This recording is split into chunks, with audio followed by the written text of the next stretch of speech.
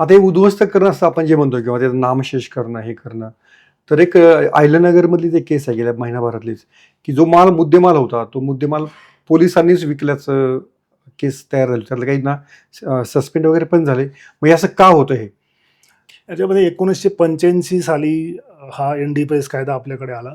त्यानंतर बऱ्याच ठिकाणी हा मुद्देमाल मालखान्यांमध्ये असायचा आणि तिथे तो खराब होणं किंवा चोरीला जाणं किंवा जशी ही घटना तुम्ही सांगितलं अशा प्रकारे एखाद्यानेच तो पोलिसांनी तो विकणं असे प्रकार बऱ्याच ठिकाणी लक्षात आले होते.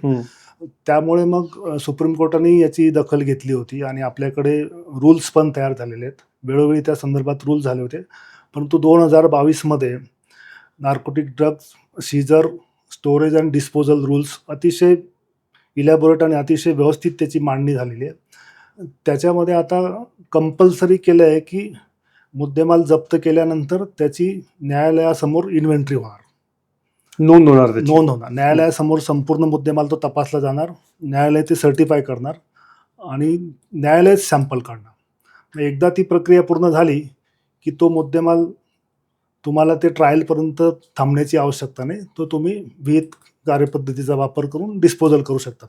तर ह्या घटनांना आळा बसावा म्हणूनच हे रूल्स आलेले आहेत आणि ते आता मॅन्डेटरी आहेत. ओके, म्हणजे एकदा तुम्ही पकडला की तातडीने त्याची विल्हेवाट लागावी, तातडीने त्याचं डिस्पोजल होणं हे पण आमच्या ANTFच्या मॅन्डेटचा पण भाग आहे आणि सगळे पोलीस पण त्याच्यामध्ये कारवाई झाल्यानंतर त्याची एकदा तातडीने इन्व्हेंटरी करायची आणि लवकरात लवकर तो मुद्देमाल डिस्पोजल करायचा. आम्ही अनेकदा ऐकतो रेव पार्ट्या किंवा पब संस्कृती, तर अशा ठिकाणी या ड्रग्सचा वापर होतो असं तुम्हाला दिसून येतं का?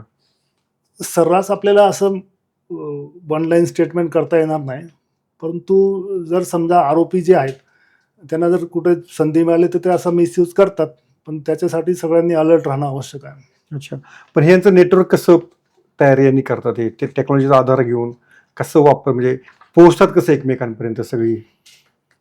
आता इंटरनेटमुळे किंवा डार्कनेटमुळे कम्युनिकेशनची साधनं पण चेंज झालेली आहेत. तर जसं आपण वापर करतो टेक्नॉलॉजी तसं आरोपी देखील करतात, परंतु त्याला काउंटर करण्यासाठी आपण आपल्या पोलीस दलातल्या अधिकाऱ्यांना देखील प्रशिक्षण देतोय. बरं, ओके.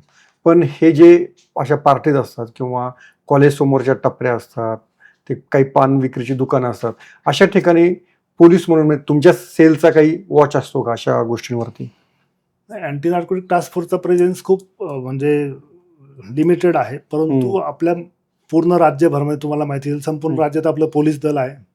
सगळ्या जिल्ह्यांमध्ये सगळ्या आयुक्तालयांमध्ये पोलीस दल आहे. त्यामुळे पोलीस स्टेशनची सिस्टीम आहे, बीट सिस्टीम आहे. तर त्या ठिकाणी नॅचरली आता आपण एक ड्राईव्ह पण सुरू केलेला आहे की शाळा कॉलेजेसच्या 500 मीटर परिसरात बेकायदेशीर टपऱ्या किंवा असे अवैध पदार्थ विकणारे कुठलेही स्टॉल तिथं असू नयेत, त्यासाठी एक व्यापक मोहीम आता आपण हातात घेतलेली आहे. ओके.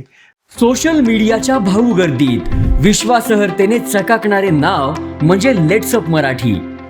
सगळ्यांना, सगळ्या नागरिकांना ती स्पीच, ती लेट्सअप वरील मुलाखती म्हणजे विचारांचा खजिना. त्यानंतरच्या निवडणुकीमध्ये मला सोडून गेले. बातम्या केवळ वस्तुस्थिती सांगणाऱ्या, न प्रोपगंडा, फक्त जनतेचा अजेंडा. क्योंकि आने वाला कल जाने वाला है, जाने वाला कल आने वाला है. राजकारण, मनोरंजन असो की क्रीडा क्षेत्र, महाराष्ट्राची स्पंदने संवेदनशीलतेने टिपणारे माध्यम म्हणजे लेट्सअप मराठी. जगासोबत एक पाऊल पुढे राहण्यासाठी लेट्सअपचे ॲप, सोशल मीडिया आणि वेबसाईट सोबत कनेक्टेड रहा.